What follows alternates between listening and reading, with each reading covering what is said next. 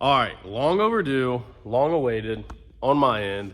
I'm finally back to, I wouldn't say obviously not full-time working on Uncle Sam, but I'm back to working on him for now.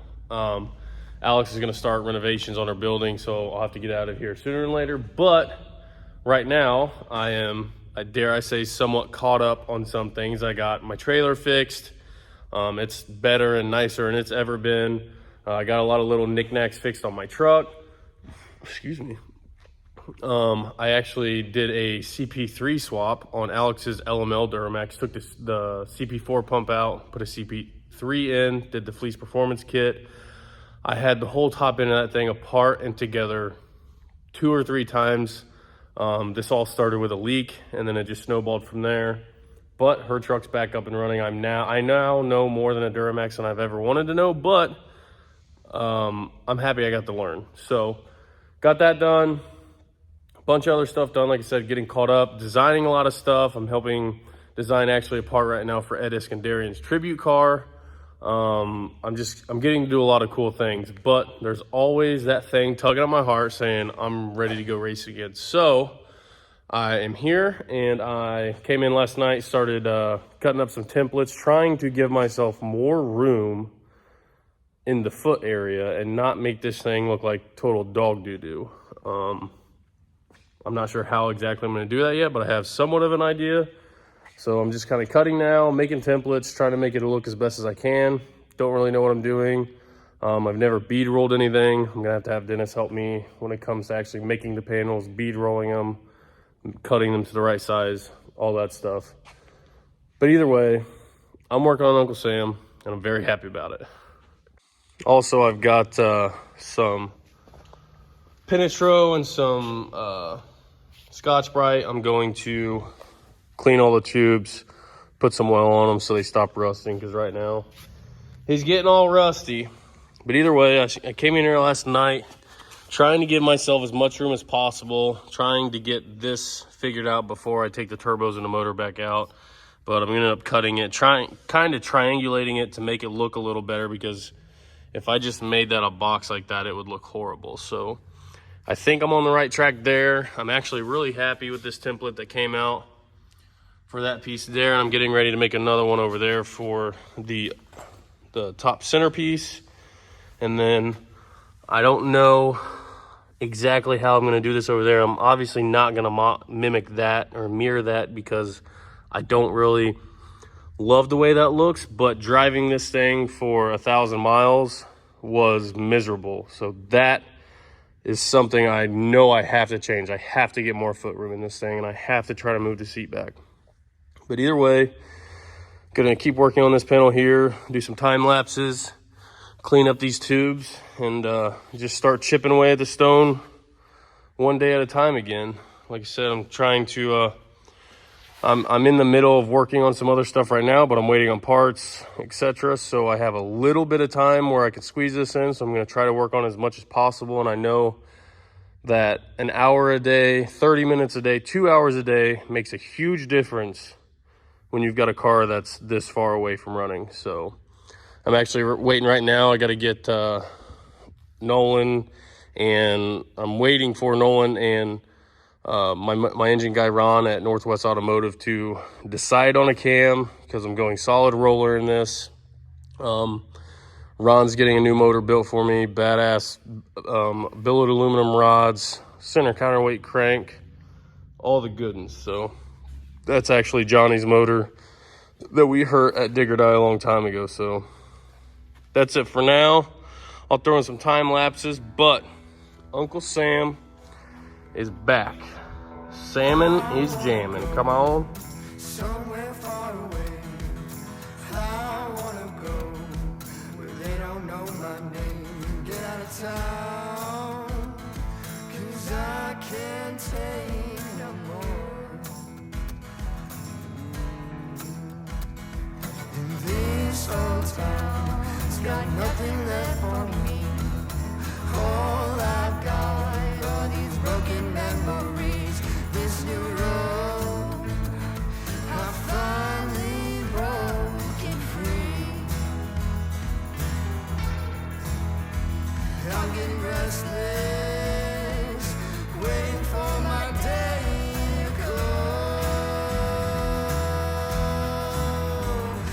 been talking about leaving for way too long. The only thing left to do is back on my back and run. I started south up to Tennessee. New lights, new sounds, there's everything I need. But this road's still calling me. Can't make a promise, but I do my best. 25 sitting on 25 racks. Just got started, no, we ain't done yet. Bought a new crib, it's a damn flex. Sign that check, told them last year that I've been up next. Can't take calls, but I send that text from way downtown, but this shit's still wet. Yeah, that's a guarantee. King of the city, man, they knowing that it's me. Ain't damn near still doing it with ease, cause it ain't that hard when I'm talking about me. Me and my funds, told them I get what I want. So this is what I came up with. I actually ended up changing my piece over here a little bit to where I don't think it looks like total doggy do. It is still, you know, quite I don't even know how to say it, quite a more a ways out than this side. This side looks awesome. I wish this side looked like that side, but I need that foot room. But either way, I'm gonna try to explain to you how I came up with these, you know, the bends, where to bend them, how to bend them, why to bend them, and then how it worked out for me. So normally I just start with a measurement from, like, say here, and then I measure out to where I want it to go. And then I get a bigger, you know, I just cut the piece as big as possible and I start bending where I see fit. This piece would probably be a better piece to explain it on. So I kind of got my basic triangle piece cut out here. And I laid it flat on here, and basically wherever it touches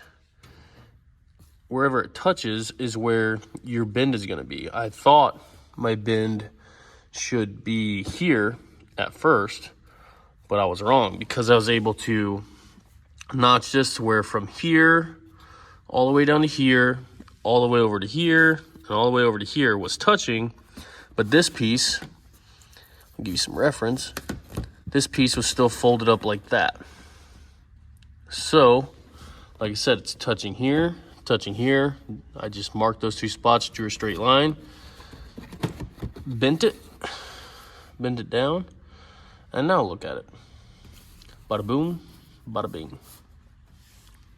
And that's kind of basically what I did over here. I'm sorry, I'm probably oversimplifying it a bit, but all I did here was take a measurement from here over to there, cut a flat piece that stood straight up.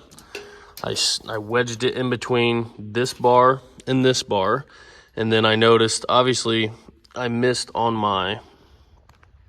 little bit on that bend, but with metal that can always be changed. That's what templates are for. I can always add some or subtract some from my metal, but this gives me my basic shape and outline. You know, it's touching up here, touching down here. This bar is angled out a little bit, so sorry, this thing's really bugging me. Back to what I was saying.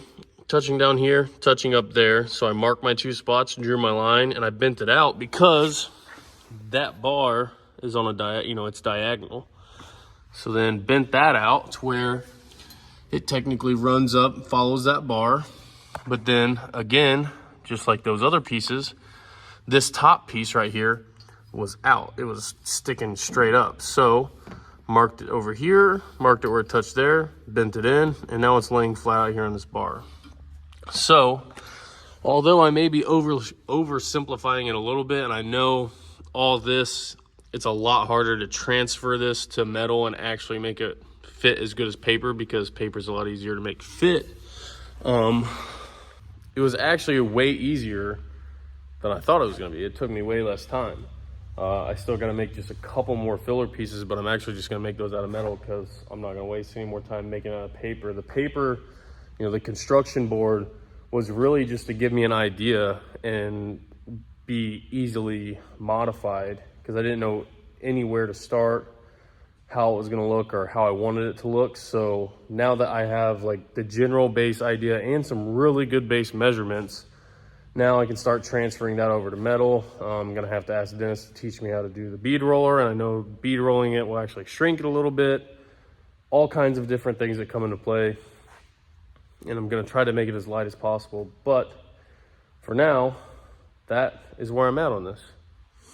So it turned out really good, I think, and I'm actually really happy with it. And I'm just happy in general to be working on my car again. So although I know this video probably wasn't the most entertaining or the most action-packed, it gives you the inside of to, you know, how to make a firewall, or, you know, make templates for a firewall. And this firewall to me looks really good, and hopefully will look very professional when it's done. And it's a really simple method of just using some construction paper. I literally I was sitting my construction paper in here and using this to fold it, because there's no tools in here or break or anything. So I use that to fold it.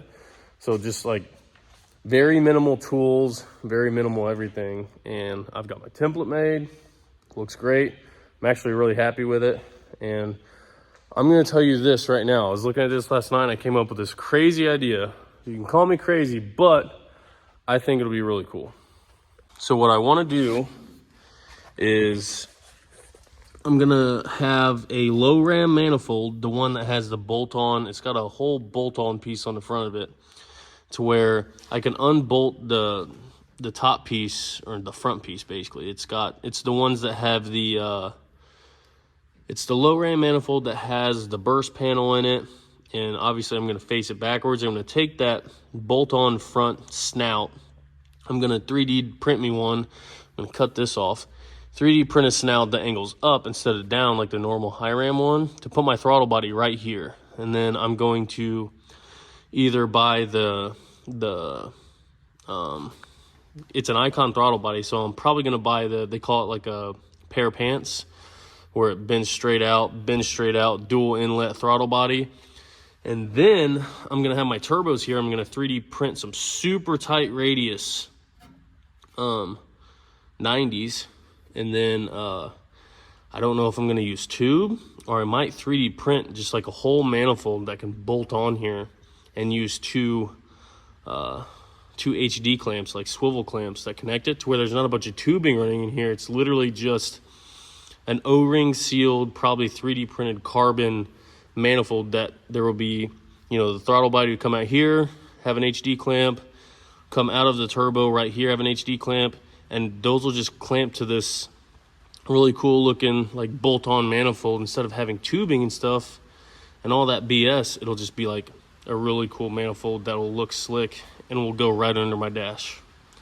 So I'm really excited to start taking what I've been learning in CAD and, you know, Fusion and 3D printing and all that, and apply it to make my car lighter, user-friendly, cheaper, and just really try to set it apart from other cars. So I'm really happy to be getting to do stuff like that now. I've always wanted to do it. I'm not in a huge rush to try to make a deadline, and I've just been learning so much, and I just enjoy getting to start to apply this to my car now. So hope you guys enjoyed this. I'm gonna start trying to do as many videos as I can per usual. I know it's been a few weeks since my last one, but like I said, I've been busy just doing grown-up stuff, trying to catch up on the trailer. I was gonna video some of the trailer stuff, but man, I was just I was just trying to get it done. And, you know, working on her truck, I had never done it before, so there's no use for me to video that because I had no idea what I was doing. But either way, I'm gonna start trying to video all the work I do. There's a Baja Porsche over in Dennis's shop right now that somebody really screwed up, the cage and some of the other work. And me and Dennis are gonna be working on it together. So if he's cool with me videoing that, I'll video that, take you guys along with that. I've got the hinges printed and done for Tom's car, Tom's Nomad, so I need to get to work on those. Just all kinds of stuff that I can video. So more videos coming your way. Sorry again for the delay in the videos. I know I get on this rant where I'll start posting videos every day and then I'll get busy and not. But the thing is, everybody says they like daily videos, and then my first video will do really good, and then my next video will do a little, you know, the views will go down and then go down. And then if I post a video every day for a week, they'll start off in a 20,000 views, and then by the end of the week, I'll be down to like 4,000 or 5,000 views a video. So I'm like, man, I've been busting my butt, and it just gets worse. But I will say the subscribers go up. So subscribers goes up, you know, it gets a little more revenue, but I'm not complaining. I'm just saying sometimes I think it might be better to actually space them out just a smidgen, you know? That way you guys let your mind wander, and then you can really appreciate when I do post. But thanks for watching. I'll see you later.